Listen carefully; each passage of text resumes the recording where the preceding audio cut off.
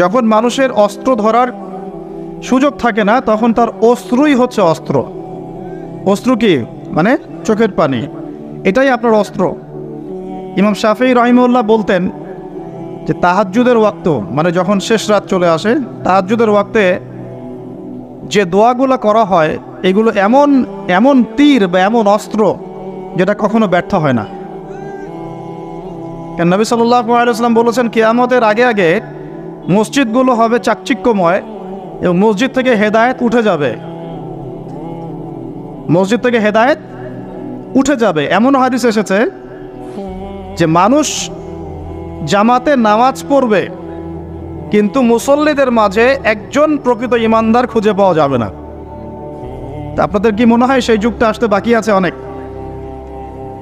একটু বোঝাই আপনাকে যে এই পৃথিবীতে এখন যতগুলো সমস্যা আছে বা যতগুলো ফিতনা আছে, এগুলোকে যদি একত্রিত করি তবুও দাজ্জালের সমান হবে না। নবী সাল্লাল্লাহু আলাইহি ওয়াসাল্লাম বলেছেন, পৃথিবীতে আদম আলাইহিস সালামকে সৃষ্টি করার পর থেকে কিয়ামত পর্যন্ত মসিহুদ দাজ্জালের মতো ভয়ঙ্কর কোনো ফিতনা আসে নাই, আসবেও না। আল্লাহর এমন কোনো নবী নেই যেই নবী তার কওমকে দাজ্জাল সম্পর্কে সতর্ক করেন নাই। এমনকি নূহ আলাইহিস সালাম পর্যন্ত তার কওমকে দাজ্জাল সম্পর্কে সতর্ক করেছেন। আর আমি মুহাম্মদ সাল্লাল্লাহু আলাইহি ওয়াসাল্লাম তোমাদেরকে একটা বাক্য বেশি বলছি যা অন্য নবীগণ বলেন নাই, সেটা হলো মসিহুদ দাজ্জাল এক চোখে অন্ধ হবে, তোমাদের রব আল্লাহ তিনি অন্ধ নন। যে ব্যক্তি জুমার দিনে সূরা কাহফ তেলাওয়াত করবে এবং সূরা কাহফের প্রথম 10টা আয়াত কমপক্ষে মুখস্থ করে রাখবে, এর হক আদায় করবে, তার জীবদ্দশায় যদি দাজ্জাল বের হয়, দাজ্জাল তার কোনো ক্ষতি করতে পারবে না। পৃথিবীতে যত ফিতনা আর ফাসাদ এখন দেখছেন, শিরকের ফিতনা, বেহায়াপনা, বেপর্দা, রিবা বা সুদ, মাদক, দুর্নীতি, জুলুম, নির্যাতন, চুরি, ডাকাতি, যত কিছু, সব কিছুকে একত্রিত করলেও দাজ্জালের সমান হবে না। তাহলে আমরা কি এই ফিতনাগুলো থেকে বেঁচে থাকতে পারছি? আপনি কি পর্নোগ্রাফির ফিতনা থেকে মুক্ত? আপনি কি ইন্টারনেট জগতের এই নোংরামি ফিতনাগুলো থেকে মুক্ত? আমি কি মুক্ত? আমি নিজেও মুক্ত না। আপনার সামনে ভালো সাজারও আমার কোনো দরকার নাই। আমরা যারা ইন্টারনেটে ঢুকেছি একবার দুইবারও, জীবনে কখনো তারা কেউই চোখের পাপ থেকে বাঁচতে পারে নাই। তারা ভালো সাজার তো প্রয়োজন নাই, আল্লাহকে ইস্তেগফার করার দরকার, আল্লাহ মাফ করে দেন। তা আমরা কি এই যুগে ইন্টারনেটের এই নোংরামি বেহায়াপনাগুলো থেকে মুক্ত থাকতে পারছি? না। আমরা কি এই যুগের সুদভিত্তিক অর্থনীতি থেকে মুক্ত থাকতে পারছি? আমাদের যুব সমাজ কি এই যে টিকটক বলেন, পাবজি বলেন, ফ্রি ফায়ার বলেন, মাদক বলেন, কিশোর গ্যাং বলেন, এইগুলোর ফিতনা থেকে তারা কি মুক্ত? আমাদের মেয়েরা কি ফেমিনিস্ট রেভলিউশনের ফিতনা থেকে মুক্ত? আমাদের মেয়েরা কি বেপরদামির ফিতনা থেকে মুক্ত? যুবক যুবতীরা কি হারাম অ্যাফেয়ার্সের ফিতনা থেকে মুক্ত? পরিবারগুলো কি পারিবারিক কলহ থেকে মুক্ত? আমাদের সন্তানরা কি ফিতনা থেকে মুক্ত? আমাদের প্রত্যেকটা খাবার কি বিশুদ্ধ, পরিশুদ্ধ না করাপ্টেড? আমাদের বিশ্বের পুরো পলিটিক্যাল সিস্টেমটা কি আল্লাহ পাকের আইন দ্বারা চলছে? আমাদের পুরো মুসলিম উম্মার প্রত্যেকটা জাতি আজকে কি কুফফারদের নির্যাতনের ফিতনা থেকে মুক্ত? তো আমরা যদি এই ফিতনাগুলো থেকে মুক্ত হতে না পারি, কিভাবে দাজ্জালের ফিতনা থেকে আমরা বাঁচতে পারি? আমি কি বোঝাতে পারছি দাজ্জালের ফিতনা কত বড়? বুঝতে পারছেন? সে যখন বের হবে তখন সে সারা বিশ্বকে শাসন করবে 40 দিন। কতদিন? যার প্রথম দিনটা হবে 1 বছরের সমান, দ্বিতীয় দিনটা হবে 1 মাসের সমান, তৃতীয় দিনটা হবে 1 সপ্তাহের সমান, বাকি দিনগুলো হবে আমাদের দিনের মতো। সত্যি সত্যি কথা কি জানেন যে আমরা এখন চিন্তা করতে ভালোবাসি না, পছন্দ করি না। আমাদের চিন্তা করার সময় কোথায়? আমাদের সকালবেলা ঘুম থেকে উঠে ব্রাশে পেস্ট নিয়ে বাথরুমে যেতে হয়, কারণ আমাদেরকে অফিস ধরতে হবে 8টায় 9টায়, কাউকে স্কুলে কলেজে ইত্যাদি ইত্যাদি। চিন্তার সময় কোথায়? চিন্তা তো করতাম আমরা তাহাজ্জুদের ওয়াক্তে, তাহাজ্জুদের নামাজ পড়ে চুপচাপ বসে চিন্তা করতাম কি হচ্ছে, কি হতে পারে, আমার কি হালত, আমি কি করব, দুনিয়াতে কি করলাম, পরকালে কি উত্তর দিব ইত্যাদি। চিন্তার সময় হচ্ছে ফজরের নামাজের পরে। দেখা যায় 70% মানুষই ওই সময় জাগনা থাকে না, তাই না? চিন্তার সময় কোথায়? সকালবেলা যখন আমরা উঠি শুরু হলো ফার্স্ট লেন অফ লাইফ, মানে রেস, দৌড়ানো। আমরা ঢাকার ফ্লাইওভারের উপর উঠে দেখি মানুষ ছুটছে, খালি ছুটছে। 1 সেকেন্ড কেউ কাউকে ছাড় দিবে না। তখন গাড়ি ড্রাইভ করছে, 1 সেকেন্ড সে যে ছাড় দিবে, একটু দাঁড়াবে, আমরা চলে যাব, সাইড দিবে না। কারণ ও আর প্রতিযোগিতায় আছে, কে কার আগে যেতে পারে। কেউ কাউকে ছাড় দেন। তো এটা কি, কিসের প্রতিযোগিতা? দুনিয়ার। এই ব্যস্ততা কিসের বলেন? দুনিয়ার। এখন এই ব্যস্ততার সময় ঠান্ডা মাথায় চিন্তা করার সময় কোথায়? এই যে আমি বললাম একটা হাদিস, এই হাদিসটা তো চরমভাবে বিশুদ্ধ, যে দাজ্জালের প্রথম দিনটা হবে 1 বছরের সমান। কখনো কি ভেবেছেন যে 1 বছর একটা দিন কিভাবে হতে পারে? 1 বছরের সমান যদি একটা দিনকে হতে হয় বাহ্যিকভাবে, তাহলে তো এই মহাবিশ্বে বড় কিছু হতে হবে, যাতে পৃথিবীর আর্নিক গতি থেমে যাবে বা স্লো হয়ে যাবে। সায়েন্সে পড়েছেন এখানে কেউ কি আছেন? ফিজিক্সে পড়েছেন? ও যে ভাই, আচ্ছা আপনি বলেন, পৃথিবীর গতি যদি না কমে তাহলে কিভাবে একদিন এত বড় হবে? এটা কি সম্ভব ভাই? সায়েন্সে, উনি সায়েন্সে পড়েছেন, ফিজিক্সে। তাহলে কি মহাবিশ্বে এমন কিছু হতে যাচ্ছে? যদি হয় তাহলে আমাদের এই সাজানো গোছানো দুনিয়ার কি হবে? আরও চিন্তা করি, নাকি এর অন্য কোনো ব্যাখ্যা আছে, যে ব্যাখ্যা আমি জানি না? ভাবতে হবে। আমি চাচ্ছি আজকের লেকচারে আপনারা একটা নসিহত দিয়ে বাসায় যান, সেটা হচ্ছে ভাবতে হবে। কি করতে হবে? ভাবতে হবে, চিন্তা করতে হবে। একটু থামেন। এই যে ব্যস্ততার যুগে আপনি ঢুকে গেছি আমরা, সকাল থেকে শুরু করে রাত পর্যন্ত একটাই ফিকির, একটাই চিন্তা, টাকা পয়সা, বাড়ি গাড়ি, স্ত্রী সন্তান, বউ বাচ্চা, আমার ক্যারিয়ার, আমার রিজিক, এই তো। একটু এর মাঝে সময় নেন, আল্লাহকে সময় দেন, নিজের অতীতের পাপগুলোকে নিয়ে ভাবেন। কত বছর আমরা পৃথিবীতে থাকতে পারি? হাইয়েস্ট কত বছর? 100 বছর হাইয়েস্ট। ভাবেন তারপরে কি হবে? আমার পরে আমি কোন প্রজন্ম রেখে যাচ্ছি? ওরা কি আদৌ আমার জন্য রব্বির হামহুমা কামা রব্বায়ানি সগীরা পড়তে পারবে? আমি কি ওকে শিক্ষিত করলাম?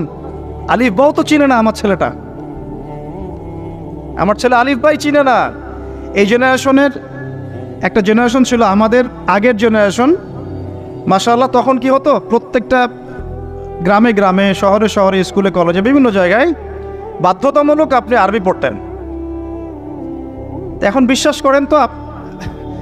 আপনি তো বিশ্বাস করেনই, আমি জানি। বিশ্বাস করেন কি যে আপনি এখন আরবি থেকে অনেক দূরে সরে গেছেন? আপনি এই যে পড়াশোনা করেছেন, ওই যে ভাই হাত তুললেন ফিজিক্সে, মিনিমাম 20 বছর। তা আপনি 20 বছরে 20টা সূরা শিখেছেন কি? আমরা আমাদের পরের জেনারেশনকে কোন হালতে রেখে যাচ্ছে, এগুলোকে ভাবতে হবে না? হবে না? আলী ইবনে আবি তালেবের একটা কথা বলি, তাহলে আপনি বুঝবেন। আলী ইবনে আবি তালেবের নাম কি শুনেছেন আপনি? শোনা উচিত ছিল। তারা আপনার আইডল। মেসি নেইমার আপনার আইডল নয়। মেসি নেইমার সৌদি আরবের আইডল। কিসের আইডল? আমাদের আইডল নয়। আমাদের আইডল হচ্ছে মুহাম্মদ সাল্লাল্লাহু আলাইহি ওয়াসাল্লাম, সাহাবায়ে কেরাম, তাবে তাবেঈন, ইমামগণ, মুজতাহিদ কেরাম, মুজাহিদ। আলী ইবনে আবি তালেব বলতেন যে মানুষ যখন দুনিয়ায় চলাফেরা করে তখন মনে হয় সে ছাড়া দুনিয়াতে আর কিছুই নাই, আর সে এমনভাবে দুনিয়া থেকে চলে যায় মনে হয় সে কখনো দুনিয়ায় ছিলই না। দুটো কথা ভাবেন, ভাবতে হবে। আজকের লেসনটা কি? ভাবতে হবে। তিনি বলছেন মানুষ এমনভাবে দুনিয়ায় চলাফেরা করে মনে হয় সে ছাড়া দুনিয়াতে আর কিচ্ছু নাই। আমাদের চলাফেরা এমন না? দেখেন প্রত্যেকটা অঙ্গনেই, পলিটিক্যাল অঙ্গন, ইকোনমিক অঙ্গন, ধর্মীয় অঙ্গন। পলিটিক্যাল অঙ্গনে একজন নেতার চলাফেরা দেখলে মনে হচ্ছে সে ছাড়া কিছুই নাই দুনিয়াতে। যারা অর্থনৈতিক জীবনে নেতৃত্ব দিচ্ছেন তাদের কাছে মনে হচ্ছে আমরা ছাড়া দুনিয়ার ইকোনমির আর মধ্যে আর কিছুই নাই। আমরা যারা ধর্মতাত্ত্বিকভাবে চলাফেরা করি মনে হয় যে এই হুজুর ছাড়া আর কিছুই নাই দুনিয়া। আমার চেয়ে বড় শায়ক কে আছে? আমার চেয়ে বড় আর আলেম আর মুফাসসির কে আছে? সমস্যা সবার ভিতরে। শুধু এক শ্রেণীর মানুষকে আপনি টার্গেট করে আঘাত করে কথা বলা যাবে না। দেখতে হবে দূরদর্শিতার সাথে, সমস্যা সবার ভিতরে। এখন দেখেন আমরা দুনিয়াতে চলছি, মনে হচ্ছে যে আমরা ছাড়া আর কিছুই নাই মনে হয়, কিন্তু মানুষ দুনিয়া থেকে চলে গেছে। প্রায় মিলিয়ন, বিলিয়ন, ট্রিলিয়ন মানুষ এখন দুনিয়া থেকে চলে গেছে সূচনা থেকে এই পর্যন্ত। তাদের কোনো খবর আছে? কাদের খবর আছে? যারা এই দুনিয়াতে থাকাকালীন এমন কিছু করে গিয়েছিল যার ফলশ্রুতিতে আল্লাহ পাক তাদেরকে চিরস্মরণীয় করে রেখেছে। আমরা কি আবু বকর সিদ্দিকের নাম শুনে নেই? তার কৃতিত্ব মর্যাদা কি কমে গেছে না বেড়েছে? উমর ইবনুল খাত্তাবের নাম শুনি নাই? পৃথিবীর শেষ পর্যন্ত তার মর্যাদা কি কমে যাবে? উসমান বিন আফফানের নাম শুনেছেন? তার কথা কি আমরা আলোচনা করি না সম্মানের সাথে? আলী রাদিয়াল্লাহু আনহুর কথা বললাম, তার কথা কি আমরা সম্মানের সাথে আলোচনা করি না? করি। তার মানে আমরা আমাদের কীর্তি দিয়ে, ভালো কিছু কাজ দিয়ে এই দুনিয়াতেও অমর থাকতে পারি, আল্লাহর কাছেও সম্মান পেতে পারি। এটাই কি আমাদের জীবনের উদ্দেশ্য হওয়া উচিত না? ভাবতে হবে কি না? আল্লাহ পাক আমাদেরকে তৌফিক দান করুন। যে পয়েন্ট থেকে আসলাম, কিভাবে সম্ভব বলেন তো একটা দিন এত লম্বা হওয়া? ভাববেন আপনারা, পরের দিন 1 মাসের সমান, তারপরের দিন 1 সপ্তাহ, তারপরের দিন আমাদের মতো। এভাবে কে বিশ্ব শাসন করবে বলেন? দাজ্জাল শব্দের অর্থ হচ্ছে মহামিথ্যাবাদী। কি নাম? মানে যার মিথ্যার উপরে পিএইচডি আছে, মিথ্যার উপরে, পশ্চিমা বিশ্বের মতো আর। ওরা যদি বলে এটা দিন, ধরে নেবেন এটা রাত। ওরা যদি বলে এটা রাত, ধরে নেবেন এটা দিন। যদি বলে অমুক মুসলিম সন্ত্রাসী, ধরে নেবেন সে মুসলিম ভালো। যদি বলে অমুক মুসলিম খুব ভালো, খুব ভালো, ধরবে, বুঝে নেবেন এর ভিতর কোনো সমস্যা আছে। ওদের পিএইচডি আছে মিথ্যার উপরে। আর মাসিহুদ দাজ্জাল সবচেয়ে বড় মিথ্যাবাদী।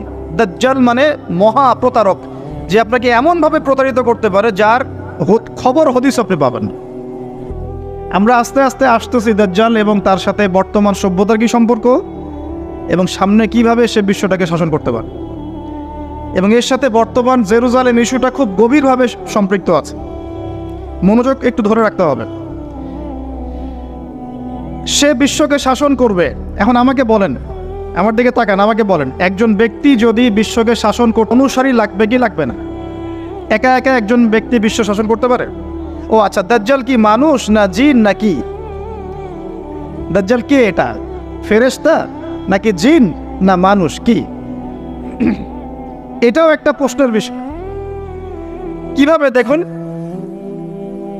আল্লাহর নবী সাল্লাল্লাহু আলাইহি ওয়াসাল্লাম বলছেন, নূহ আলাইহিস সালামের সময়ও নূহ আলাইহিস সালাম তার কওমকে দাজ্জাল সম্পর্কে সতর্ক করেছেন। তার মানে পৃথিবীর সূচনা থেকে সে পৃথিবীতে ছিল, এবং সে বের হবে শেষ জামানায়, এবং বের হয়ে সে তার অনুসারীদেরকে নিয়ে বিশ্বটাকে শাসন করবে।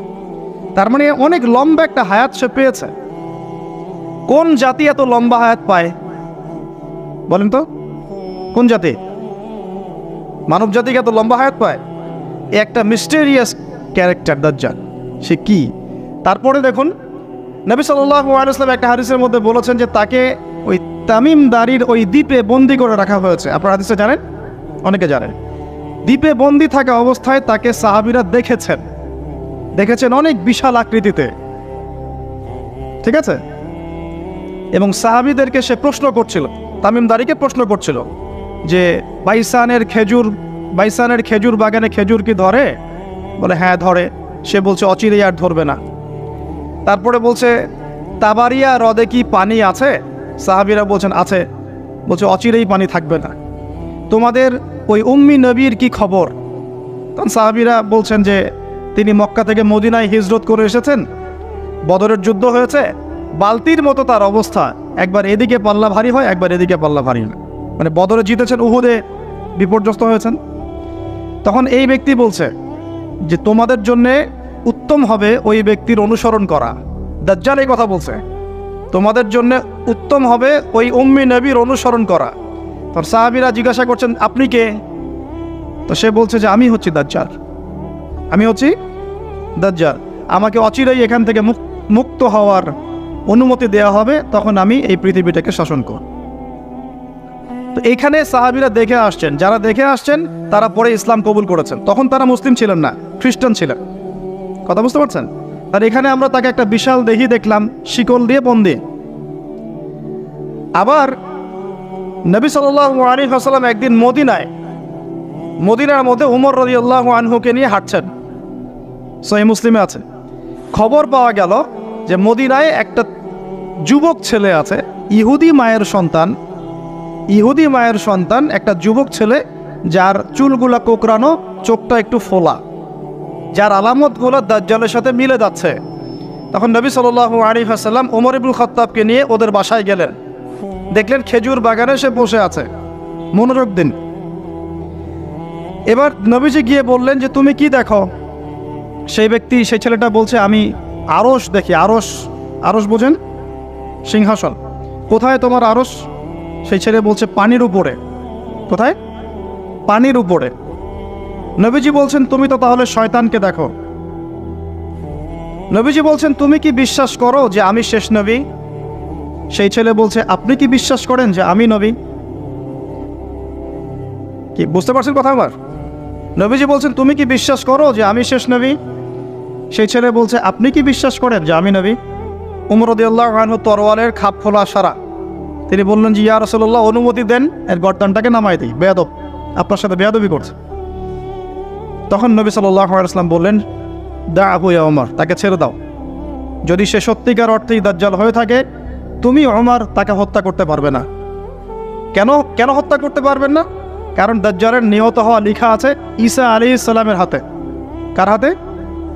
ঈসা আলাইহিস সালাম যখন আসবেন এই প্যালেস্টাইনের বাবে লুত নামক জায়গায় দাজ্জালকে মারা হবে। ঠিক আছে কথা? তাহলে ওমর তুমি তাকে হত্যা করতে পারবে না। আর যদি সে দাজ্জাল না হয়ে থাকে, নিরপরাধ মানুষকে হত্যা করে কোনো লাভ নেই। এখানে চান্স নেওয়া হলো 50-50। এক হাদিসে আপনি দেখছেন নবীজি বলছেন নূহ আলাইহিস সালাম তার কওমকে দাজ্জাল সম্পর্কে সতর্ক করেছেন। এক হাদিসে নবীজি বলছেন সে বের হলে 40 দিন বিশ্ব শাসন করবে। প্রথম দিন 1 বছর, দ্বিতীয় দিন 1 মাস, তৃতীয় দিন 1 সপ্তাহ, বাকি দিন আমাদের মতো। আরেক হাদিসে নবীজি বলছেন তামিম দাঁড়িয়ে দেখে এসেছে তাকে কোথায়? দ্বীপে বন্দি অবস্থায়, সে ছাড়া পাবে অচিরেই। আবার এখানে নবী সাল্লাল্লাহু আলাইহি ওয়াসাল্লাম মদিনাতেই একটা যুবক ছেলেকে দাজ্জাল মনে করে ইনভেস্টিগেট করলেন। আপনার কাছে কি সাবজেক্টটা সহজ মনে হচ্ছে না কঠিন? খুব সহজ কি না কঠিন? চিন্তা করতে হবে কি হবে না? এতই জটিল একটা ক্যারেক্টার। শুধু তাই না, নবীজি আরও বলছেন সে যখন বের হবে 4টা জায়গার কথা পাওয়া যাচ্ছে হাদিসে। 4টা জায়গা কোত্থেকে বের হবে। এখানে কিন্তু নবীজি মদিনাতে তাকে খুঁজলেন, ইনভেস্টিগেট করলেন। আবার আরেকটা হাদিসে নবীজি বলেছেন সে যখন বের হবে শেষ জামানায়, তখন মক্কায় ঢুকতে পারবে না, মদিনায় ঢুকতে পারবে না। আপনারা হাদিসটা জানেন না? আলেমরা তো জানেন। মক্কাতেও ঢুকতে পারবে না, মদিনাতেও ঢুকতে পারবে না। খোলা তরোয়াল নিয়ে ফেরেশতারা দাঁড়িয়ে থাকবেন। আবার সেই নবী মুহাম্মদ সাল্লাল্লাহু আলাইহি ওয়াসাল্লাম মদিনাতে এই ছেলেটাকে দাজ্জাল ভাবছেন, ইনভেস্টিগেট করছেন। তার মানে তারা সতর্ক ছিলেন। এই ছেলের নাম ছিল ইবনে সাইয়্যেদ। কি নাম? ইবনে সাইয়্যেদ, নাম মনে রাখবেন। এও একটা বিস্ময়কর ক্যারেক্টার। আবার সেই নবী সাল্লাল্লাহু আলাইহি ওয়াসাল্লাম বলেছেন শেষ জামানাতে দাজ্জাল বের হবে খোরাসান থেকে। কোন জায়গা? খোরাসান বলতে কোন জায়গা? এটা মূলত এর হার্ট হচ্ছে আফগানিস্তান, এর পাশে যে বেলুচিস্তান, এই যে উজবেকিস্তান, ইরানের কিছু অংশ, এই পুরো জায়গাটা, শুধু একটা দেশ না, পুরো জায়গাটা এর হার্ট হচ্ছে আফগানিস্তান। খোরাসান থেকে বের হবে। আরেক হাদিসে নবীজি বলছেন সে ইস্পাহান থেকে বের হবে। কোন জায়গা? ইস্পাহান এখন ইরানে। ভৌগোলিক বিষয়ে যখন তখন চেঞ্জ হয়ে যায়, হয় কি না? আগে কি ইরাক ইরান এরকম পার্ট ছিল? আগে কি এভাবে এই 52টা দেশের ভাগ ছিল? লেবানন, জর্ডান, সৌদি আরব, ইরাক, ইরান এরকম ভাগ ছিল না? এক অঞ্চল ছিল শাম, একটা হেজাজ, একটা নাজদ, এরকম আর কি ভাগ ছিল। তো এটা চেঞ্জ হয়। ওই হাদিসে আসছে ইস্পাহান থেকে একটাতে, আরেকটাতে আসছে ইরাক এবং শাম। শাম বলতে বোঝাচ্ছি এই পুরো প্যালেস্টাইন, লেবানন, জর্ডান, পুরো অঞ্চলটাই শাম। আর ইরাক তো আপনারা জানেন। ইরাক এবং শামের মাঝখানের একটা রাস্তা থেকে বের হবে। 3টা জায়গা। আরেকটা 4 নাম্বার খাল্লা নামে একটা জায়গা থেকে সে বের হবে। আর এই খাল্লা আপনি গুগলে সার্চ দিয়ে পাবেন না। গুগলের সাথেও দাজ্জালের অনুসারীদের একটা সম্পর্ক আছে, আপনার ফেসবুকের সাথেও আছে, প্রযুক্তিগুলোর সাথেও আছে, নিউক্লিয়ার ওয়েপন্সের সাথেও আছে, বর্তমান ব্যাংকিং সিস্টেমের সাথেও আছে, এবং বর্তমান গ্লোবাল পলিটিক্যাল অ্যাফেয়ার্সের সাথেও দাজ্জালের অনুসারীদের সরাসরি সম্পৃক্ততা আছে। আমি বলি নাই দাজ্জালের সম্পৃক্ততা আছে, দাজ্জালের অনুসারীদের সরাসরি সম্পৃক্ততা আছে। এটা বোঝার জন্য আপনাকে সূরা কাহাফ পড়তে হবে। কেন সূরা কাহাফ? কারণ সূরা কাহাফ পড়লে আল্লাহ আপনার ভিতরের চোখ খুলে দিবেন ইনশাআল্লাহ। এখন আপনার ভিতরে চোখ বন্ধ। কেন বন্ধ? বিকজ আপনি প্রত্যেক জুমায় সূরা কাহাফ পড়ছেন না। যখন প্রত্যেক জুমায় সূরা কাহাফ অর্থসহ পড়বেন বা অ্যাটলিস্ট তেলাওয়াত করবেন, দেখবেন ইনশাআল্লাহ আল্লাহ আপনার ভেতরের চোখ খুলে দেবেন। তা দাজ্জাল সাবজেক্টটা কি জটিল মনে হচ্ছে না সহজ মনে হচ্ছে? জটিল। এখন এত জটিলতায় আমরা গেলাম না, আমরা সহজ জায়গায় থাকি। সহজ জায়গাটা হচ্ছে সে বিশ্বটাকে শাসন করবে এবং ন্যায় বিচারের ভিত্তিতে শাসন করবে কি? উত্তর না, সে সারা বিশ্বে ফিতনার ফাসাদ সৃষ্টি করে। যারা তাকে ফলো করবে সে তাদেরকে সমৃদ্ধি দিবে, যারা তাকে ফলো করবে না সে তাদেরকে দুর্ভিক্ষ দিবে। বলা হচ্ছে সে খোদা দাবি করবে, সে নিজেকে খোদা দাবি করবে, বলবে আমি মাসিহ। তার মূল কাজটা তাহলে জুলুমের ভিত্তিতে সারা বিশ্বটাকে শাসন করা। এই তো, সে খোদা দাবি করবে। আপনি যদি মেনে নেন তাহলে তার জান্নাতে ঢুকবেন, যদি না মানেন তাহলে তার জাহান্নামে ঢুকবেন। আর তার জান্নাতে ঢোকা মানে হচ্ছে আসলে জাহান্নামে ঢোকা, আর তার জাহান্নামে ঢোকা মানে হচ্ছে আসলে জান্নাতে ঢোকা। যেমন একজন যুবক ছেলেকে সে পাবে রাস্তায়, যখন বের হবে ছেলেটাকে বলবে যে তুমি কি বিশ্বাস করো যে আমি আল্লাহ? সে ছেলে বলবে যে না, আমি বিশ্বাস করি না। সেই ছেলেটাকে শুইয়ে দিয়ে করাত দিয়ে তাকে দুই ভাগ করবে, এটা হাদিসে আসছে। দুই ভাগ করে দেহের দুইটা অংশ দুই দিকে ছুঁড়ে মারবে এবং সে শক্তিশালী হবে, অনেক ফিজিক্যালি অনেক শক্তিশালী, অনুসারীদের দিক থেকে অনেক শক্তিশালী। পৃথিবীর সব নিয়ন্ত্রণ তার হাতে, ঠিক আছে? তার কাছে প্রযুক্তি, তার কাছে অনেক কিছু, অনেক কিছু। মানে সবচেয়ে বড় ফিতনা, মানে সবচেয়ে বেশি শক্তিশালী, সবচেয়ে বড় মানে পাওয়ার, মিলিটারি পাওয়ার, সবচেয়ে বড় ইকোনমিক পাওয়ার, সবচেয়ে বড় মিলিটারি অ্যাফেয়ার্স যা যা আছে সব। তো এর জন্য একটা যুবক ছেলেকে কেটে দুই পিস করে ফেলা কি এমন বিষয়? এখনই তো কত কি করা হচ্ছে, তাই না? আরে ভাই হচ্ছে তো, আমরা জানি তো। এই যে আমাদের প্যালেস্টাইনের একটা বাবাকে দেখলাম যে ছেলের শুধু হাত আর পা নিয়ে কান্নাকাটি করছে, মাথা নাই, বডি খুঁজে পাওয়া যাচ্ছে না। তো এখনই তো অনেক কিছু করছে ওর অনুসারীরা। তো সে যখন বেরোবে একটা যুবককে দুই পিস করে ফেলা কোনো বিষয়? একদিক এইদিকে ছুঁড়ে মারবে আর একদিক ওইদিকে, এরপরে আবার জীবিত করবে তাকে, আবার জীবিত করবে। মানে তাকে আল্লাহ পাক এরকম কিছু ক্ষমতা দিবেন মানুষকে পরীক্ষা করার জন্যে। জীবিত করার পরে বলবে আমি তোমাকে মৃত্যু দেওয়ার পর জীবিত দিলাম, এখন কি জীবন দিলাম, এখন কি তুমি বিশ্বাস করো যে আমি আল্লাহ? এই ছেলে এবার বলবে যে এখন আমার পুরো ইয়াকিন হয়ে গেছে যে তুই দাজ্জাল, কারণ আমি হাদিসটা জানতাম যে এক ছেলেকে সে এভাবে কেটে টুকরা টুকরা করে আবার জীবিত করে বলবে যে আমি আল্লাহ, তুই কি বিশ্বাস করিস? তবে আমি জানতাম না যে সেই যুবক ছেলে আমি। তো বলা হচ্ছে এই যুবক ছেলে অনেক বড় শাহাদাতের মর্যাদা পাবে ইনশাআল্লাহ। তার মানে বোঝাতে যাচ্ছে সে এত শক্তিশালী হবে যে সে যা ইচ্ছা তাই করতে পারবে, যা ইচ্ছা তাই। এখন কি আপনারা দেখছেন না যে গাজাতে যা ইচ্ছা তাই করা হচ্ছে? যা ইচ্ছা তাই। ইচ্ছা হলো আপনার ঘরটা ভেঙে দিলাম, ইচ্ছা হলো আপনার মেয়েকে তুলে নিয়ে আসলাম, ইচ্ছা হলো আপনার ছেলেটাকে নিয়ে কারাগারে রেখে দিলাম, ইচ্ছা হলো রিমান্ডে নিয়ে নিলাম, ইচ্ছা হলো আপনার জমিটা দখল করে ফেললাম, ইচ্ছা হলো আকাশ থেকে একটা বোম ফেলে আপনার বাচ্চাকে হত্যা করে ফেললাম। যা ইচ্ছা তাই, যা ইচ্ছা তাই, কেউ কিছু বলার নাই। সবাই মিলে আমরা হয়তো এরকম ওয়াজ মাহফিলে দু চারটা কথা বলে রাগ ছাড়তে পারি, আপনি একটু সাহস দেখালে মিছিল করতে পারেন, সেমিনার সিম্পোজিয়াম করতে পারেন, আরও বড় শক্তি থাকলে রাষ্ট্রীয় পর্যায়ে পর্যন্ত চাপ প্রয়োগ করতে পারেন, আরও যদি ইমানদার রাষ্ট্র হয় সে জাতিসংঘে গিয়ে একটা প্রতিবাদ করতে পারে। এই তো, এতটুকুই তো। সবগুলো মুসলিম রাষ্ট্র মিলে একসাথে হয়ে কি ওর বিরুদ্ধে যুদ্ধ করতে পারছে? সবগুলো মুসলিম রাষ্ট্র দরকার নাই, অ্যাটলিস্ট 2টা 4টা 5টা 10টা মুসলিম রাষ্ট্র কি একত্রিত হয়ে ওর বিরুদ্ধে যুদ্ধ করতে পারছে? তাহলে যা ইচ্ছা তাই সে করছে না। এবং এত মানবতা বিরোধী অপরাধ করার পরেও বড় বড় পশ্চিমা country, specially United state of America এসে বলে দিবে যে আমি আমার মিত্রর পাশে আছি, যা ইচ্ছা তাই করুক, আমি ওর পাশে আছি। এবং কথাগুলো তারা খুব ঠান্ডা মাথায় বলে, আমাদের মতো ওই যে পলিটিক্যাল চিল্লা ফেল্লা করে কথা বলবা।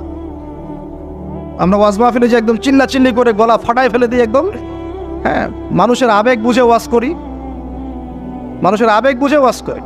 জোরে জোরে বললে মানুষ জোরে জোরে ঠিক বলবে, আমার ভিউ বাড়বে। আদতে এগুলো কথা বলার আদব না, এগুলো কিন্তু কথা বলার আদব নয়।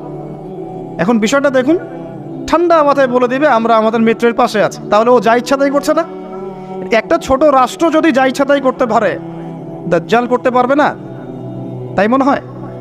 এখন সে এভাবে বিশ্বটাকে শাসন করবে। আপনি যদি মেনে নেন তাহলে আপনি সমৃদ্ধি পাবেন, না মানলে আপনাকে দুর্ভিক্ষ দিয়ে দিবে।